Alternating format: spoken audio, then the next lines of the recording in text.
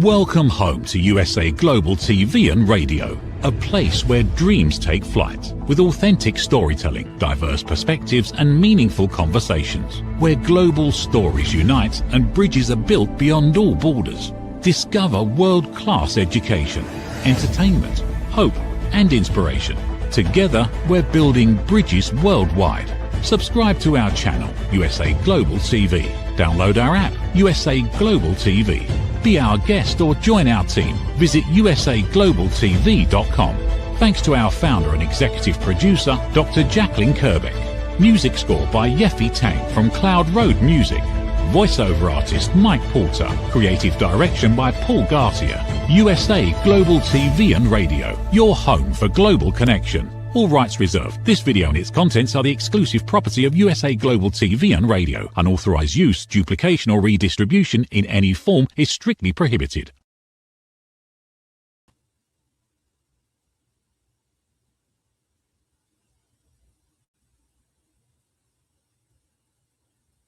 Hello and welcome to the Persistence Payoff Show. We're here on USA Global TV and Radio. I'm your host, Kimberly Schafer. This show is founded on the premise that persistence is one of the key factors that makes our dreams and visions come into reality. We all need it. Sometimes it's hard, sometimes it's easy, but it must be done. So we talk with people about their journeys and learn from their path with persistence. I'm on my own learning journey. I'm a first-time inventor and entrepreneur. I invented the ring thing, which is a patented waterproof ring holder, and I'm learning about the importance of persistence every day. I'm really excited to talk with our guest today, Jennifer Shaw. She joins us again. She was on the show about a year ago, and I'm just delighted to hear about what's happened in the intervening year. Jennifer is a Canadian author of fantasy fiction. She's been an author since childhood, but it took her until she was an adult to really have the courage and belief in herself to publish her work. Since then, she has published a 4-book series called the Callum Walker series, which is a dark fantasy series of novels. And I'd love to hear what she has up her sleeve with the next one. She also, in 2019, faced some challenges. She was diagnosed with autism and ADHD. And I think that it's important to talk about the role that persistence played in her adjusting to those diagnoses, and also to see what the intersection is between living with both of those and being an author. So please help me welcome Jennifer Shaw. Thank you for having me. Yeah, thank you so much. It's great to see you. I appreciate it. I love to be here. I mean, who doesn't love to talk about their passion? Yes, absolutely. And you are, I believe you're in Alberta, Canada right now. Is that correct? Yes, I am. Yeah. And has spring sprung for you yet? Well, it did for a bit, and then Mother Nature decided, nah, just kidding. So now we've got some snow on the ground, and it's been freezing every night. So, oh my gosh, you know, I'm based in San Diego, so I can never complain about our weather here. We're doing pretty good. So yes, you know, I would love to start by talking about your diagnoses in 2019, because I feel like that is something that's a bridge between both your personal life and your professional life. And I wonder if you can just talk with us about your diagnoses of autism and ADHD, and first, what led to being evaluated for those conditions? yeah, so I was diagnosed following my son's diagnosis. He went through the ADOS assessment, which is fairly in-depth, and we talked about a lot of like milestones and certain behaviors and such. And as we're going through, I was questioning, it's like, why are they labeling these as red flag behaviors? Because I've done those my whole life. And it got me thinking, it's like, I wonder, you know, because he's very much like me. So after he was diagnosed, I went through my own ADOS assessment, and I found out that I also have autism and ADHD. And then following that, within 6 months, my younger son was also diagnosed. Wow, that's fascinating. So when you received the diagnoses, did that make some things click in your mind? Like, oh, now I know why this happened in my life, or I know now why I look at things a certain way. Yeah, it was very eye-opening. And, So I started to learn a little bit more about it, not just to help myself understand it, but also to help my sons because, as their mother, I have to help them through life as well. And I look back throughout the years and realized that there were a lot of things that I did that were very obvious on the spectrum, not realizing that I'm doing them, that made me stand out, like a lot of stimming behaviors. But I also saw things differently than other people. And I could understand concepts like, I was a big science and math geek, and they just clicked in my brain because, the answers were either right or they're wrong, and there's no gray areas. And I couldn't understand why other people couldn't see it the same way. I also gave myself permission to not understand everything, to ask questions.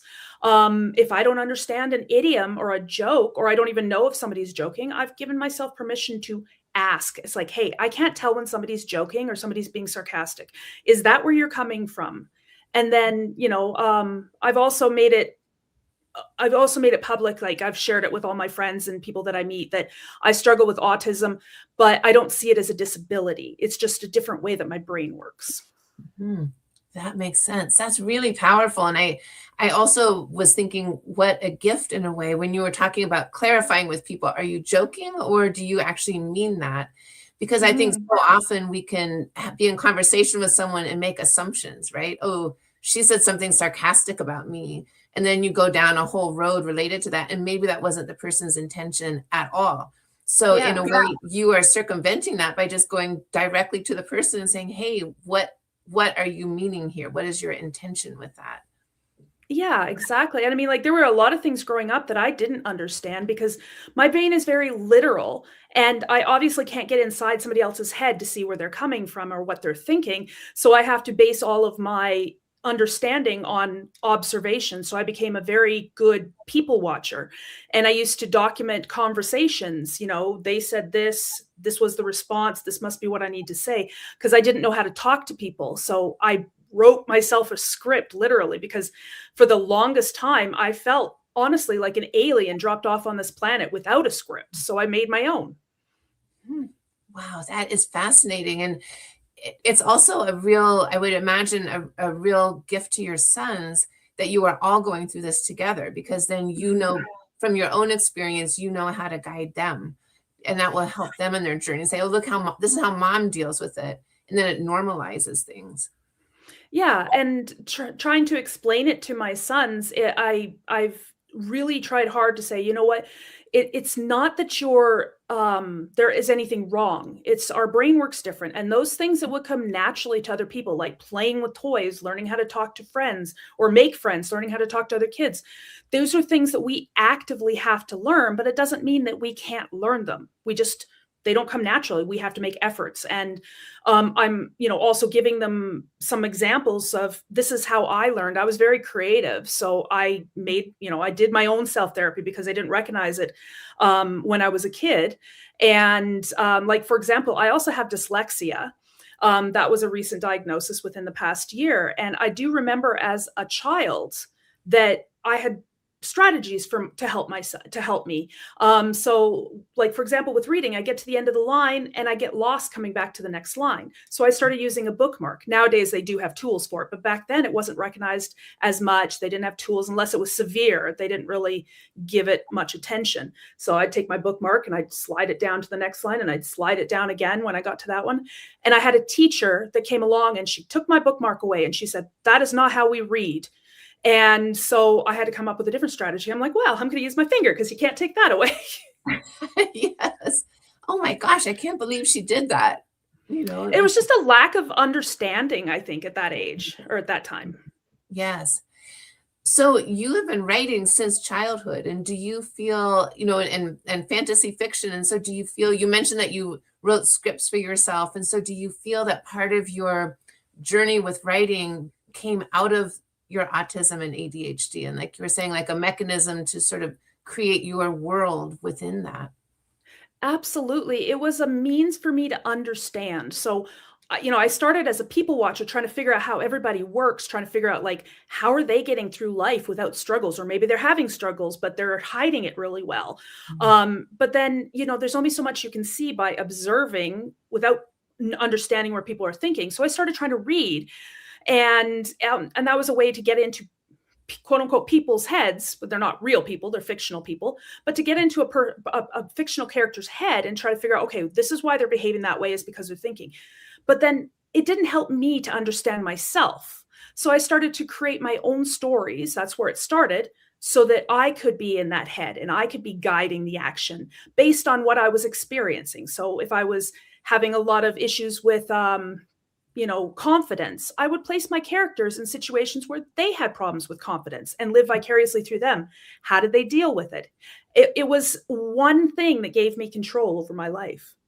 Yes, I can absolutely see how that would be. And I'm curious to know, with the Callum Walker series, are those characters that had their genesis in your childhood, or are those characters that came along later in your writing career?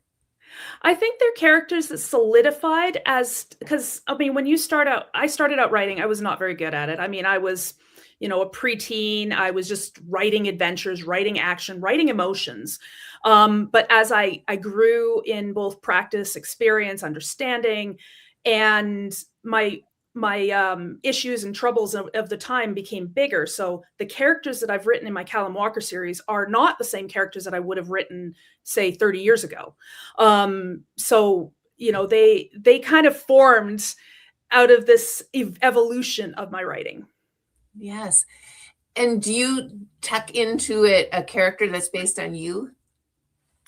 Not wholly based on me, but it's really like, in order to connect with my characters, they have to have some aspects of me. So some characters have one aspect, another character will have a different aspect. So they're bits and pieces of me. Yes, that makes sense. And I'm curious to know also, you in your bio, you talk about not having the confidence to put forward your writing. And so what led you to get that confidence and submit your first articles or manuscripts for publication? It was actually my diagnosis that gave me the courage. Once I started to learn more about autism and ADHD, I started to kind of think, well, maybe writing was my special interest, and I had never shared anything. So after my diagnosis, I thought, maybe this is a sign, maybe this is my special interest. I'm going to get brave. I had just finished my first manuscript in my current series, and I sent it off to an editor, just keeping in mind that the worst they can say is it sucks. My editor came back and said, this doesn't suck. You should publish. So 2 years later, I did. And now I have 4 published. I'm working on a 5th. Wow. So wait a minute. So you're saying that you were diagnosed in 2019, and it was after that you started the 4-book series. I was imagining that you had published your first book in 2013, and this had been a long journey, but that's incredible to do that in a short period of time. Kudos to you. Thanks. Yeah, that's amazing. And so with the 5th book, one question I have about series is, how do you know when to end it? Is this ending, or do you see it as perhaps a 10-book series? So I know where my series is going to end. When I started writing, I wasn't very much of a plotter. I always knew where to start, where to end, and somewhere in the middle needed to shift, what action needed to shift in the middle, but I just let everything else fill itself in. Same thing with my series. I knew where to start, where to end, and somewhere in the middle. And I know I've crossed that midpoint. So I can see that I'm heading downhill towards the end of my series, but I'm just not sure exactly how many books it's going to take me to get there. Yeah. Oh, I love that. You can just see where the journey takes you. And do you have other books that you're working on at the same time? Yes, I am. I've got a side project that I haven't been able to spend as much time on this one, as I'm working on my 5th Callum Walker book. But it's sort of a dystopian Robin Hood meets Romeo and Juliet with hints of Hunger Games. And then obviously there's times of inspiration that hit me, and I will write down an idea and kind of sort of formulate it, but not solidify it. Yes. Oh, I can imagine. And also, how do you decide whether to write a long form book or a short, just a short article, or a short, I don't know what you would call, like maybe a submission that's 4 pages long? I'm cursed to write long books. I put so much into them that I struggle to keep it short because there's so much that I want to put into my book. So I'm on the other end where my books tend to be longer and they have to get cut down in editing. But I don't really set a word count or a length. I just write until I finish telling my story. Yes, I think that's fantastic. And when you look back at some of your earlier works, like pre-2019, are there any of those that you would consider publishing? Absolutely. I mean, they need a lot of work because, my writing, I've been working more in the last few years to better my wordsmithing skills and learn a lot more of the mechanics because English wasn't my forte. It was storytelling. As we know, writers and storytellers are two different beasts. So it's right. You can learn to write, but not everybody can, become a storyteller. It's not really something you can instinctively learn. When I look back on my previous writing, especially the oldest writing that I've done, it's very cringy, some of the words, because I was just learning to write. But the ideas are what I would run with. Interesting. So do you go and do public storytelling as well as your writing? Not yet, but I do like to encourage young writers to reach out to authors that we're not scary. A lot of us are, happy to help out, or at least tell young writers is like, okay, I can't tell you everything, but this is what I did. Mm. What a great mentorship. That's a great mentorship opportunity. And do you see the writing bug in any of your children? I've seen it kind of starting. Like my youngest wrote his own little comic in a notebook called Hudson's Tales, and he's really interested in graphic novels right now, and that's reflective of what he's writing. And my older one is less about writing, more about reading, and he's really big into fantasy and dragons. So I'm hoping that it's a little, my books are he's read them, but only the action parts. So I'm hoping as he gets older that he'll enjoy my books a bit more. Yes. And do you ever get tempted to write in a different genre? Absolutely. I mean, the only thing I haven't written in, and it's not because there's anything wrong with it, it just doesn't appeal to me, is I don't write history, just I fall asleep. I don't write mystery unless it's got a lot of action and stuff, and maybe, but I have a hard time figuring out whodunits or making it less obvious. And I write elements of romance into all my books because I think that's an aspect of our lives that would be, it wouldn't be complete without aspects of romance. But I don't write spicy romance. I don't write bedroom scenes unless there's a sword fight in the bedroom. Nothing, we're not doing anything intimate there. Yes. Well, I sometimes I listen to books on tape a lot when I'm doing other things, and I've sort of stopped listening to the romance genre because it all becomes the same. Even those bits are just, there's like nothing new is under the sun, and so it's not that. And I mean, my personal belief is it's hard to imagine that somebody has 3 chapters worth of stamina. Yes, that's right. I agree. I love that. Yes. Yes. And how do you find the writing community? Are there Canadian writing groups and other North American writing groups, or do you find that writers, is it more of an international, does it vary by country at all? As far as like writing groups and... I think there's writing groups everywhere, but being that we're a lot of writers are introverted, we tend to hide in coffee shops and such with our tablet, with our computers, a notebook or a cup of coffee and stuff. We don't tend to, we'd rather live in our stories than going out there. I have joined a few writers groups because, if you look hard enough, you'll find them. And it's amazing to read, to meet other authors and be inspired and be able to inspire them because it's a community. I've never thought of, if I met another author, and I have, who writes in the same genre as me, it's not a competition because we all write differently. It doesn't matter if we're writing the same thing. Yeah, that makes sense because it is so personal. And are you able to spot when someone is using AI for their writing? Yeah, the plots, and I mean, there's certain familiar ways that that AI likes to write, Mm, and it's easier to spot, I think, in short, or like the sentence structures are easier to spot in short segments, but mhm. the plots do not make sense. If I've seen things that I'm like, wow, that's all over the place, and it's like somebody asked if I get inspiration from my dreams, and I say no because the plots don't make sense. Same thing with AI. That is a fantastic analogy. I really like that. That's a great analogy. That makes a lot of sense. I'd love to talk about the role of persistence, both through your own personal journey with your diagnoses and those of your sons and your writing. Do you find that, first of all, do you feel that that quality of persistence is the same in both of those areas, or do you think your persistence looks different in your writing career as it does in your personal journey?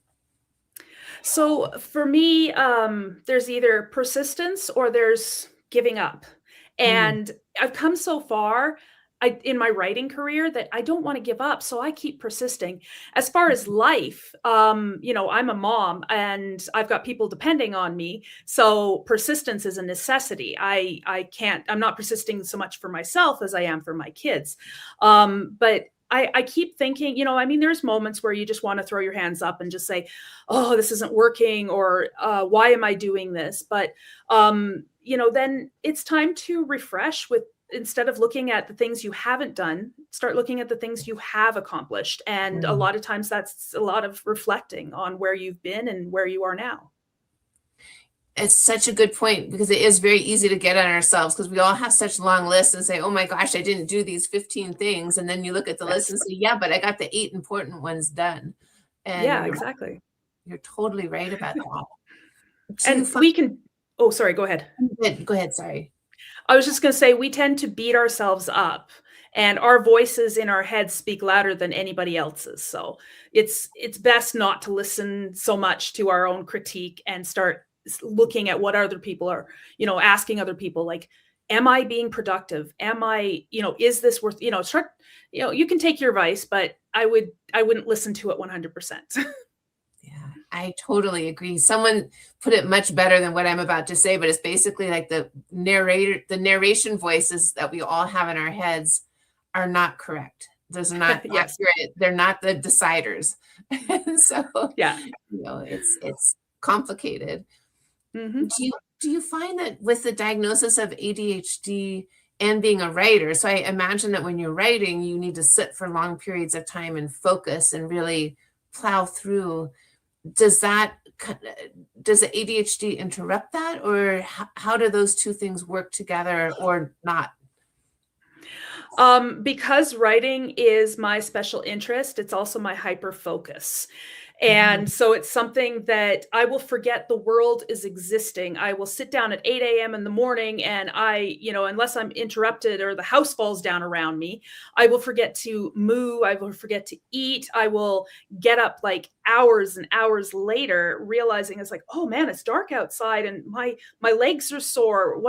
I've been sitting for 12 hours and all I've been doing is writing because it's my, it's kind of like hobby turned passion turned obsession.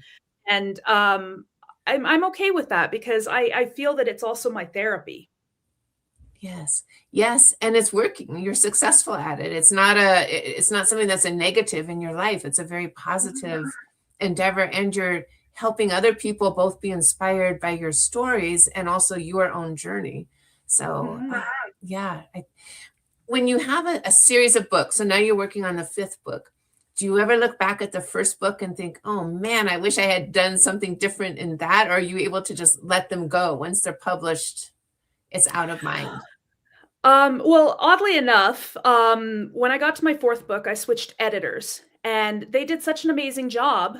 I wanted Mm, them to go back to re-edit the first book. And if I'm going to do that, I may as well get a new cover. And if I'm going to do that, I may as well add new material. So a couple months ago, I relaunched my first book in my series with new chapters, new materials, and a new cover. And I'm also going through and just doing, not adding new material, but just doing a re-edit because mm, having been diagnosed with dyslexia, and switching editors, I also wanted to I've changed as a writer. So I also want to kind of make sure all my books are looked at by the same editor, so they all kind of coincide, and give them fancy covers too, because, who doesn't want a nice new cover? Absolutely. And that's really a good point, that you want it to be cohesive and not to have someone say, wait a minute, here after book 4, something really changed, and how the tone or how that sounds. What is the process for finding an editor? How do you find someone who you feel gets you and understands what it is that you're conveying? So first of all, I started out with word of mouth, local authors telling me, hey, we use this editor, in the beginning, and I didn't know any better. So I thought all editors were the same, but they're not. And just because you pay more for an editor doesn't mean that they're necessarily going to be a good editor. I've had editors that, quoted like upwards of 10,000 for a book. And I've had other people that said, hey, I'll do it for 500, so it's a big range. So after going through a few recommended, like word of mouth, I found a guild of editors through the Alexandra Writing Society conference. There's a conference called When Words Collide here in Alberta every year. And I found an editor that was affiliated with a guild of editors. And you've also got to look at whether or not they're good for fiction versus nonfiction, because there is a difference there. It's best to find somebody who maybe is in your specific genre so that they know what to expect. Ultimately, I'm with an editor now who was, again, recommended to me, who is also a member. So it's like both of those, also a member of a guild. Yeah. Yes, that's so interesting, because I hadn't really thought about it until we're talking about it now, about how important that is to have someone who understands your wishes and your tone. And yeah, exactly. Are you tempted to write nonfiction and write your own story and share about your life? It just like history, I would be so bored. My life's not that exciting. Yeah. Well, I don't know what it is on a day-to-day basis, but I think the fact that you have dealt with all of these things and overcome, and you're dealing and thriving with what you've been given in life. I mean, I think that's a fantastic story. I think you would inspire people. I know people have asked me if I'm ever going to write or if I've written an autistic character. But you know what? I don't really know what makes me autistic. I mean, once I was diagnosed, it was very shortly after I was diagnosed, I approached somebody, and one of my friends, and I told them, I said, I've just been diagnosed with autism and ADHD. And they asked me, so, oh, what's it like to be autistic? And I said, I don't know. What's it like to not? If you can tell me what it's like to not be, then I can tell you what it is. So I really don't know how to write an autistic character. The fact that I put myself into all my little bits of myself into my characters, maybe I'm writing in a roundabout way an autistic character. I don't know. Yeah. It's such an interesting, I'm smiling because I know that I'm 6'1", and I've been that tall since I was 14. And for me, it's perfectly normal. And it's only when I see myself in a window walking down the street and see my reflection and go, oh, I'm a lot taller than everybody else. But it's just, as you're saying, like, it's what you know, it's normal. Yeah. There's nothing normal. It's just the way life is. So yeah, that is interesting. I'd love to know how you keep track of your characters. Like, I'm sort of envisioning like a whiteboard full of Post-it notes with names of characters. Or how do you track everything when you're writing a book? So I know my characters inside out, backwards. I know their history, I know their motivations, and they all live rent-free in my head. Unfortunately, I mean, it's getting crowded in there, so I should actually write them all down. But I mean, if it comes to where I need details, like how old is this specific person, I can go back into my books and look it up. But I know their essence. Yes, that makes sense. That makes sense. And I'm fascinated by your process of the series. And you mentioned that, you're on the 5th book, and you can kind of feel you're on the downhill slide in terms of the second half of the series. when you finish this book and go on to the sixth book, will the sixth book just depend on how you wrapped up the fifth book, or do you have an idea of, okay, I'm working on the fifth book, and in the sixth book, I want to set it up now so that this can happen in the next book? The setting up things kind of happens naturally, and I don't even think about it. And I'll get to the fifth book, for example, and I'll be writing something and I'll be like, hey, I set that up nicely in the first book without even noticing, because it's not an effort. And I think if it's effortless, it feels more natural. I've already plotted for my sixth and my seventh book, so I know what's going to happen in each. It's a matter of knowing the big events and the mood, because every story has a specific feel to it. So all I need to do is hold on to that, and all the little details and little events will kind of sort themselves out. Yes. It sounds like such a healthy and joyful process, because you're not putting a lot of structure on yourself to say, this must happen now to this person. You're just having those ideas, but letting it flow. And I think you're right that I think as a reader, you can feel when that has happened with the author.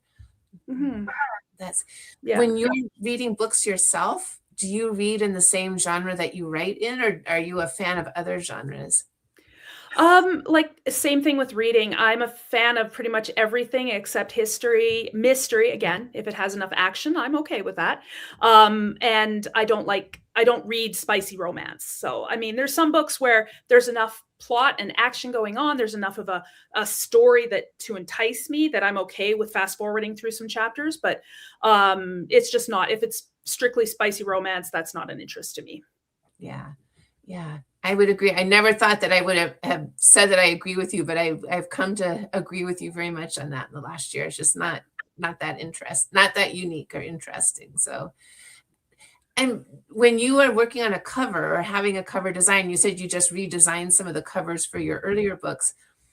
How do you work with the artist? You tell them, here's how I visualize this character, and you iterate with them, or how are the covers designed?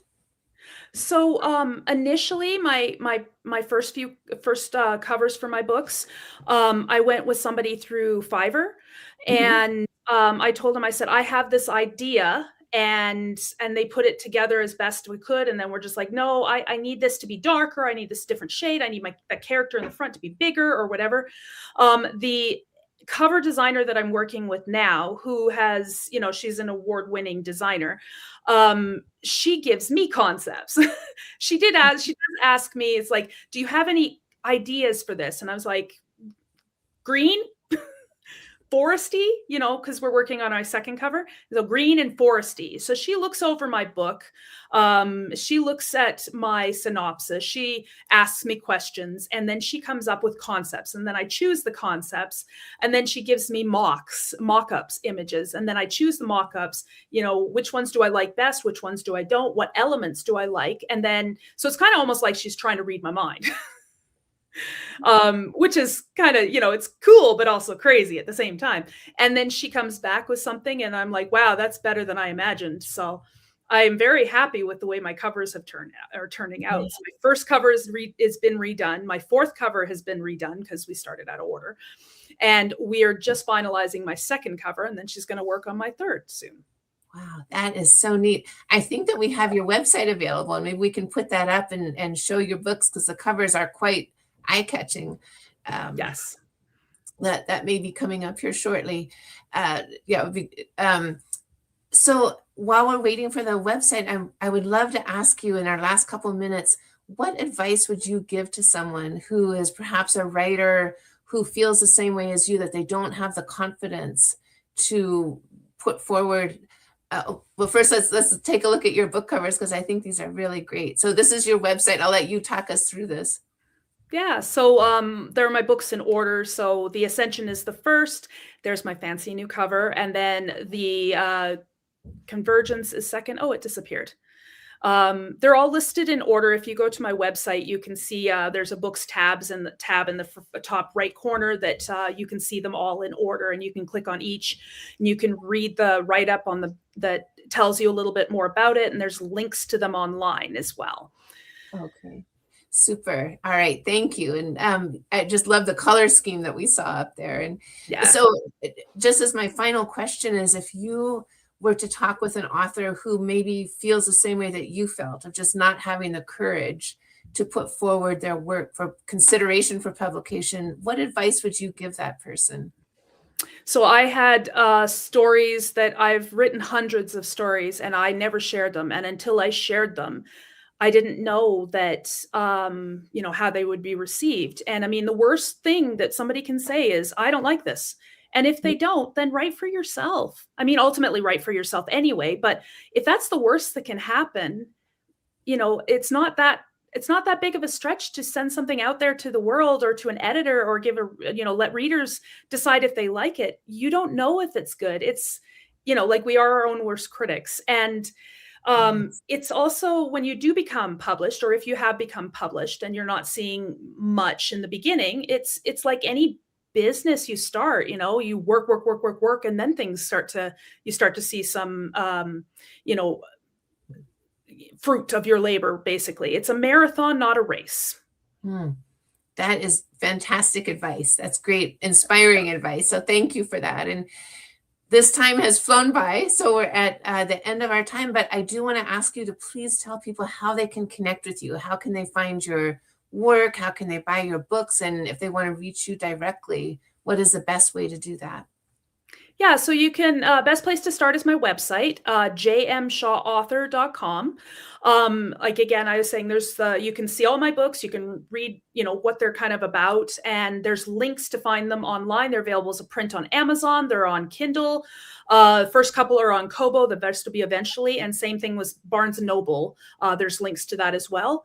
On the bottom of my website is my social media, so you can follow me on Facebook or Instagram, or you can check out reviews of my books on Goodreads. All right, fantastic. Well, thank you so much for being here today and sharing your journey and your story. And I hope that you come back, especially when the fifth book is getting ready to publish. So please come back and talk some more with us. Absolutely. Thank you. It's been a pleasure. All right. Thank you so much. Yeah. So I end every show with a quote about persistence. And I think that this quote fits very well with our conversation today. This is from Calvin Coolidge, who said, "Nothing in this world can take the place of persistence." And I think that's true whether it's in our personal lives or in our professional lives. I would love to connect. If you would like to reach me, you can find me on my website. It's ringthing.com. And my email is kimberly@ringthing.com. And my Instagram is @ring_thing_. I would love to hear from you with any comments about the episodes, suggestions for guests, or any thoughts that you have that you would like to share. We're here every other Tuesday at 12 o'clock Pacific time. You can watch us live or watch afterwards on YouTube. And I'd also like to thank our producer, Roland Friedel, and our executive producer, Dr. Jacqueline Kervick. Thank you so much, and I'll see you in 2 weeks. My Tummy Hurts by Dr. Jacqueline Kerbeck. Meet Jackie. She loves recess, running with friends, and laughing on the playground. At school, Jackie tries to play like she always does, but suddenly the pain comes back. Lately, something feels different and her tummy hurts, sometimes a little and sometimes a lot. With the help of a caring teacher, a nurse, her mom, and a kind doctor, Jackie begins to understand what her body is trying to tell her. Sometimes tummy pain is more than a simple bellyache. Some children live with conditions like ulcerative colitis or Crohn's disease. Jackie listens to her body. She asks for help. She knows she's not alone. And Jackie finds her way back to running, laughing, and being herself. My Tummy Hurts, a kid's guide to bellyaches and bathroom troubles by Dr. Jacqueline Kerbeck, available on Amazon and in fine bookstores around the world. Thank you, viewers and listeners of USA Global TV and Radio, for joining us today. We're honoured to have your time and attention as part of our global community. At USA Global TV and Radio, we believe in the power of authentic conversations, meaningful connections, and creating a world of possibilities together. Want to be part of something bigger? Join our team of elevated listeners at usaglobaltv.com, a space where your voice matters and your ability to listen transforms relationships. Stay connected with us across all our platforms for thought-provoking discussions, expert insights, and empowering stories. Subscribe to our channels at youtube.com/c/USA Global TV. Follow us on social media and explore the endless opportunities we're creating for growth, learning, and inspiration. Together, we're not just broadcasting, we're building bridges and changing lives one conversation at a time. For inquiries, contact us at info@usaglobaltv.com. Music by Johnny Dyes. Produced by Executive Producer and Director Dr. Jacqueline Kerbeck. Voiceover by Mike Porter. Creative Direction by Paul Garcia. All rights reserved. Copyright 2025. Visit usaglobaltv.com to view our full terms and conditions.